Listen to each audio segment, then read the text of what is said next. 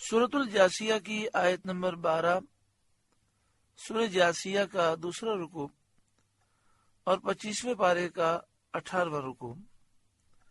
اللہ رب العالمین نے ارشاد فرمایا، اللہ الذی سخر لکم البحر، اللہ ہے جس نے تمہارے بس میں دریا کر دیا، سمندر کو تمہارے قابو میں کر دیا کہ تم اس سے فائدہ اٹھا سکتے ہو۔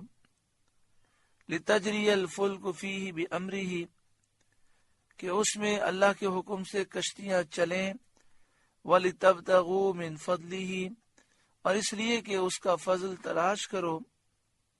باہری سفروں سے، سمندر اور دریا کے سفر سے روزی تلاش کرو، اور تجارتوں کے ذریعے اور غواصی کرنے اور موتی وغیرہ نکالنے سے، سمندر میں دریا میں غوطے لگا کر موتی، ہیرے، جواہرات اور معدنیات تم نکالتے ہو، اس کے ذریعے تم اپنا بزنس کرتے ہو۔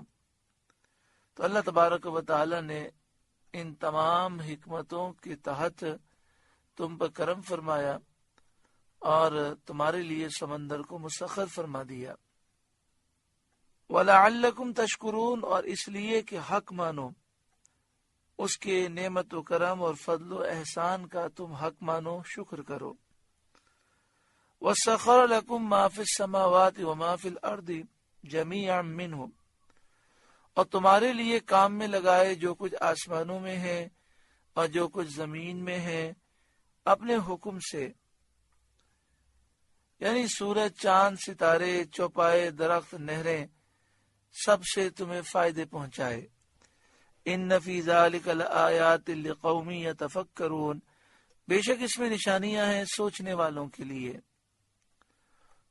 قل للذین آمنوا، ایمان والوں سے فرمائیے، یغفروا للذین لا یرجون ایام اللہ، وہ درگزر کریں ان سے جو اللہ کے دنوں کی امید نہیں رکھتے، یعنی جو دن کہ اللہ نے مومنین کی مدد کے لیے مقرر فرمائے، ان دنوں کی یہ کافر امید نہیں رکھتے۔ یہ اللہ تعالیٰ کے دنوں سے وہ وقائع مراد ہیں جن میں وہ اپنے دشمنوں کو گرفتار کرتا ہے۔ بہرحال ان امید نہ رکھنے والوں سے مراد کفار ہیں۔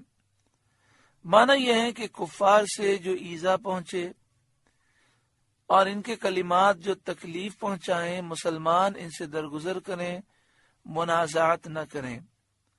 وقیل ان الآیت منسوخۃ بآیت القتال، اور کہا گیا کہ یہ آیت جہاد کی آیت سے منسوخ ہو گئی۔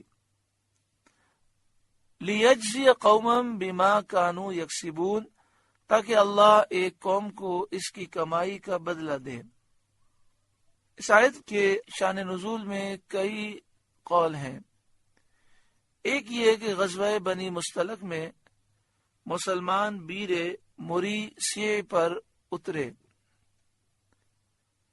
یہ ایک کنواں تھا، عبداللہ بن ابی منافق نے اپنے غلام کو پانی کے لیے بھیجا، وہ دیر میں آیا تو اس سے سبب دریافت کیا۔ اس نے کہا کہ حضرت عمر رضی اللہ تعالیٰ عنہ کنویں کے کنارے پر بیٹھے تھے جب تک نبی کریم صلی اللہ علیہ وسلم کی اور حضرت ابوبکر صدیق رضی اللہ تعالیٰ عنہ کی مشقیں نہ بھر گئیں، اس وقت تک انہوں نے کسی کو پانی بھرنے نہ دیا۔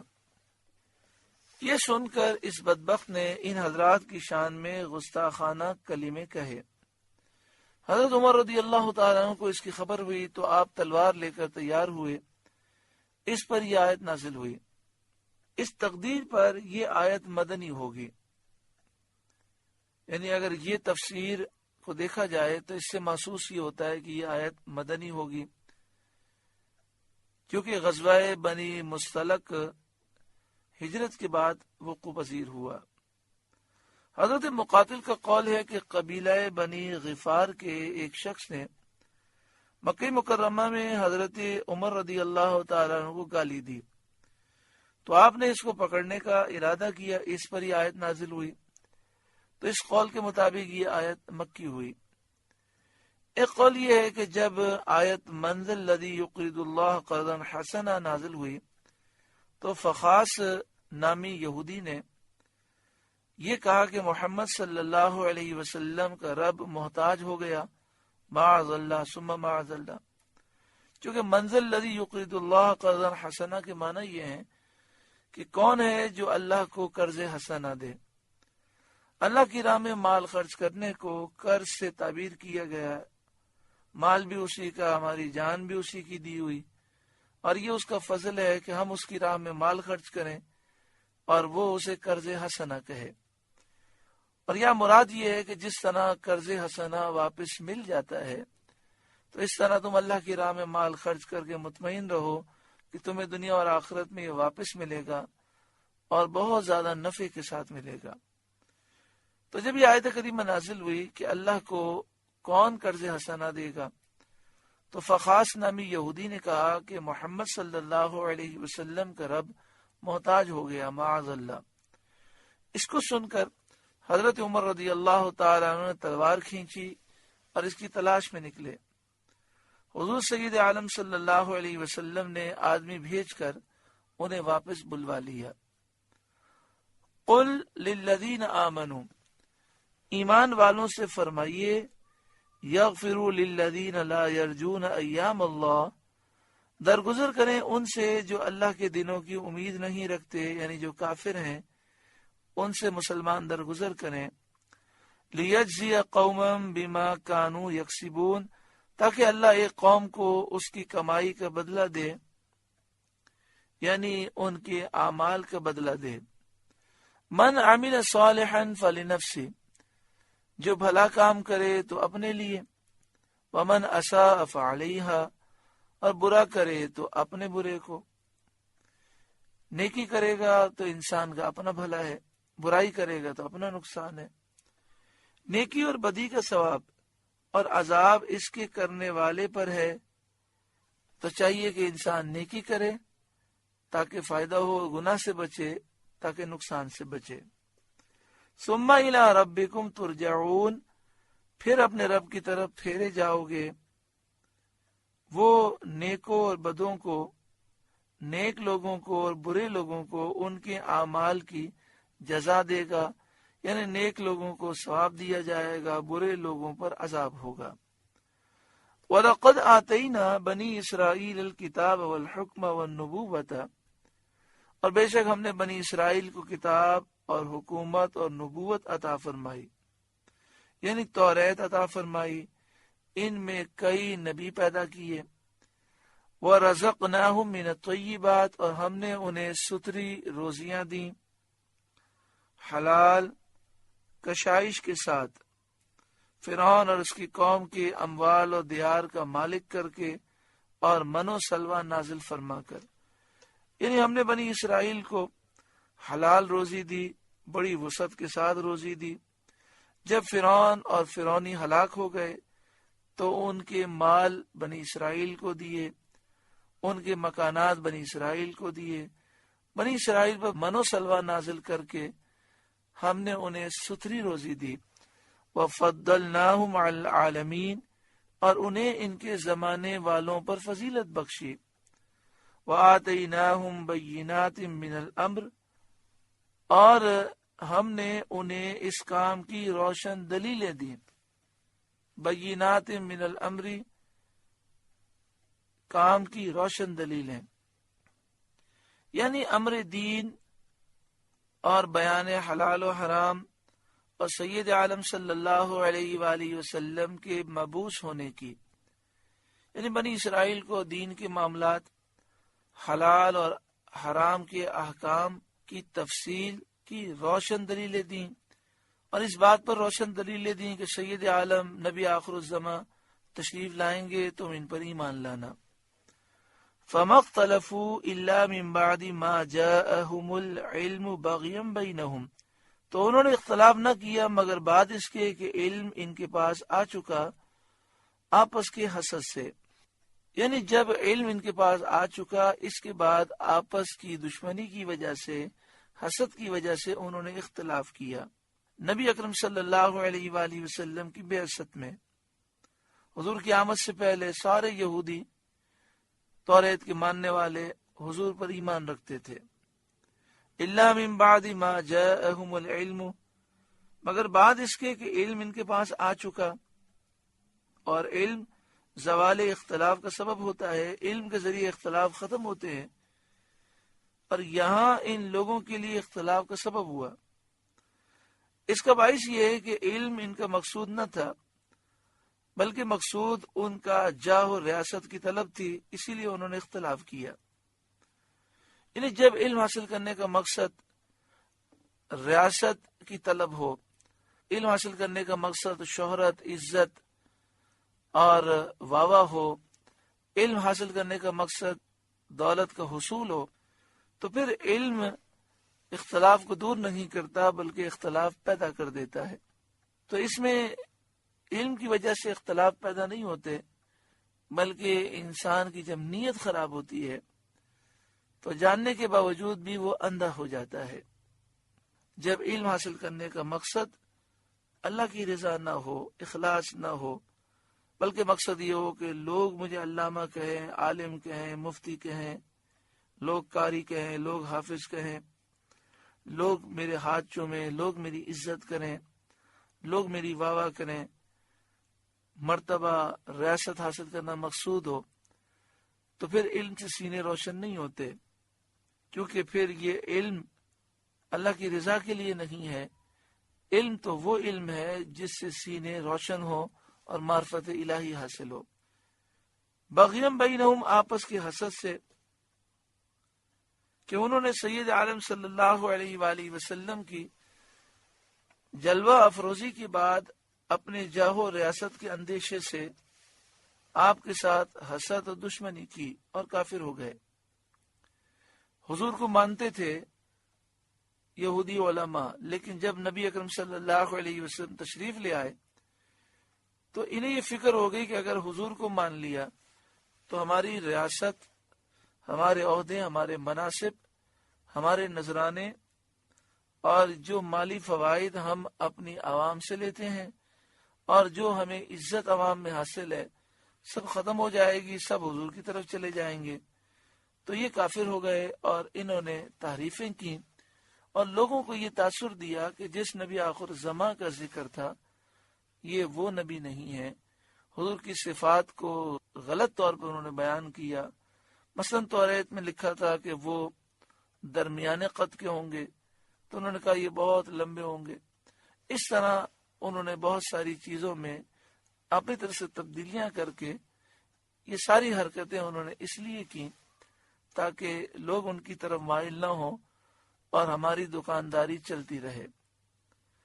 اللہ تعالی ہر مسلمان کو علم دین محض اللہ کی رضا کے لیے حاصل کرنے کی توفیق عطا فرمائے.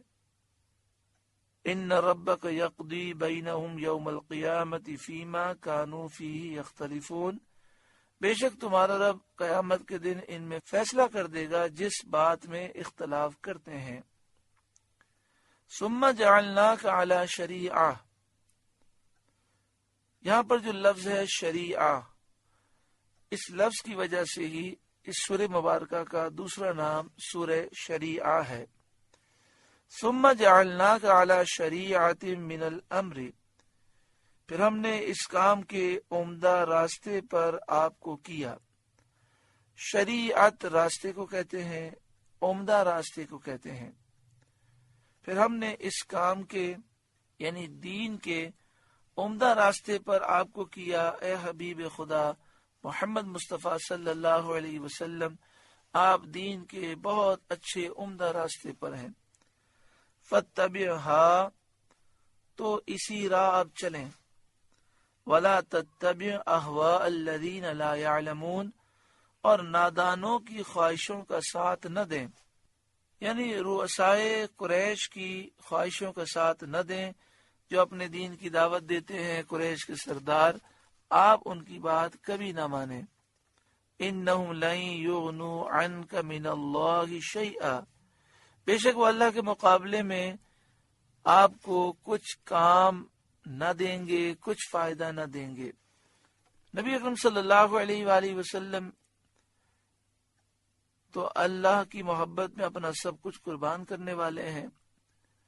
کفار قریش کے سرداروں کی باتوں کو رسول اللہ کوئی اہمیت دینے والے نہیں، لیکن قرآن مجید فرقان حمید میں یہ جو فرمایا گیا یہ آپ کے کسی کام میں نہیں آئیں گے یا آپ کو کوئی فائدہ نہیں دے سکتے، اس میں قرآن پڑھنے والے کے لیے نصیحت ہے۔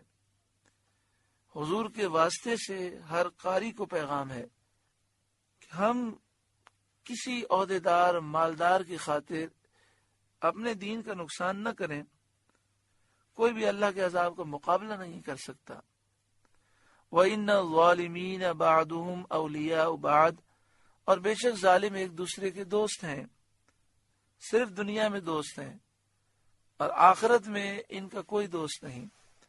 وَاللَّهُ وَلِيُّ الْمُتَّقِينَ، اور ڈر والوں کا دوست اللہ ہے۔ دنیا میں بھی متقیوں کا دوست اللہ ہے، آخرت میں بھی۔ ڈر والوں سے متقین سے مراد مومنین ہے۔ اور آگے قرآن پاک کی نسبت ارشاد ہوتا ہے ھذا بصائر للناس، یہ قرآن لوگوں کی آنکھیں کھولنا ہے کہ اس سے انہیں امور دین میں بینائی حاصل ہوتی ہے۔ اس قرآن کے ذریعے لوگوں کی آنکھیں کھل جاتی ہیں اور دین کے امور کی انہیں سمجھ حاصل ہوتی ہے۔ وَهُدًى وَرَحْمَةٌ لِقَوْمٍ يُوقِنُونَ، اور ایمان والوں کے لیے ہدایت اور رحمت ہے۔ ام حسب الذین اجترحوا السیئات ان نجعلهم كالذین آمنوا وعملوا الصالحات، کیا جنہوں نے برائیوں کا ارتکاب کیا یہ سمجھتے ہیں کہ ہم انہیں ان جیسا کر دیں گے جو ایمان لائے اور اچھے کام کیے؟ یعنی جن لوگوں نے کفر کیا، گناہ کیے، کیا وہی سمجھتے ہیں کہ ہم انہیں مومنین کے برابر کر دیں گے؟ سواء محیاہم و مماتہم، کہ ان کی زندگی اور موت برابر ہو جائے، یعنی ایمانداروں اور کافروں کی موت و حیات برابر ہو جائے، ایسا ہرگز نہیں ہوگا۔ کیونکہ ایماندار زندگی میں طاعت پر قائم رہے، اللہ کی عبادت کرتے رہے، اور کافر گناہوں میں ڈوبے رہے، تو ان دونوں کی زندگی برابر نہ ہوئی۔ ایسے ہی موت بھی برابر نہیں کہ مومن کی موت بشارت، رحمت، عزت و کرامت پر ہوتی ہے، اور کافر کی رحمت سے مایوسی اور ندامت پر۔ کافر جب مرتا ہے تو رحمت سے مایوس ہو کر مرتا ہے اور ندامت پر مرتا ہے۔ شان نزول اس کا یہ ہے کہ مشرکین مکہ کی ایک جماعت نے مسلمانوں سے کہا تھا کہ اگر تمہاری بات حق ہو اور مرنے کے بعد اٹھنا ہو تو بھی ہم ہی افضل رہیں گے، کیونکہ دنیا میں ہم تم سے بہتر رہے۔ ان کے رد میں یہ آیت نازل ہوئی ساء ما یحکمون، کیا ہی برا حکم لگاتے ہیں۔ مخالف، سرکش، مخلص، فرما بردار کے برابر کیسے ہو سکتا ہے؟